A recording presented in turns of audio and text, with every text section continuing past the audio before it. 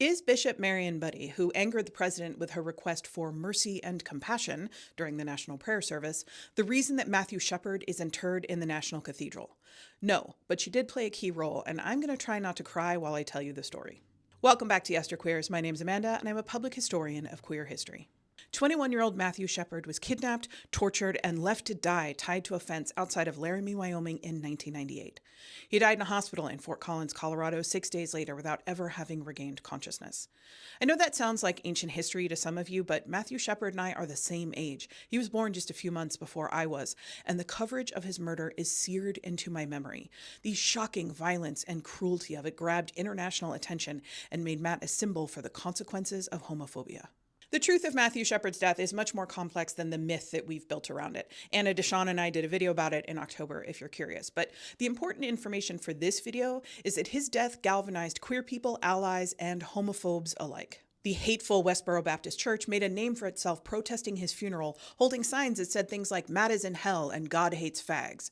If you've ever seen these images of people in angel costumes, that's Matt's friends and family trying to block the protesters from view.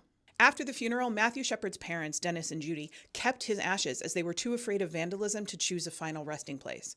In the months following his death, Dennis and Judy founded the Matthew Shepard Foundation and devoted their lives to activism on behalf of the LGBTQIA+ community.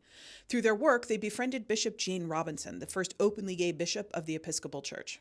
As the 20th anniversary of Matthew Shepard's murder approached, his parents asked Robinson whether he thought that Matt's ashes could be interred at the National Cathedral. They wanted a permanent resting place that was, quote, safe and connected to their son's love of the Episcopal Church.